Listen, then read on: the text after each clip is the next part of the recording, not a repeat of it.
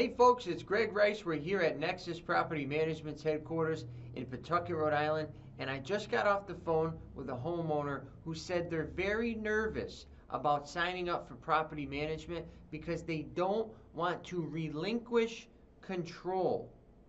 I'll repeat that.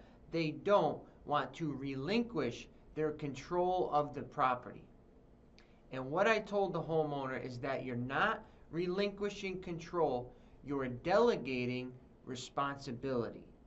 That's an important thing you need to realize here is you're not giving up control.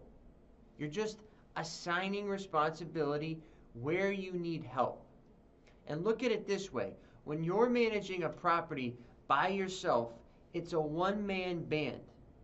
Now think about adding a team member. Okay, adding a property manager is adding a team member. And that team member can help you with leasing, with maintenance, with evictions, management, accounting, on and on. That's huge. Adding a team member like that will help you. It will not hurt you.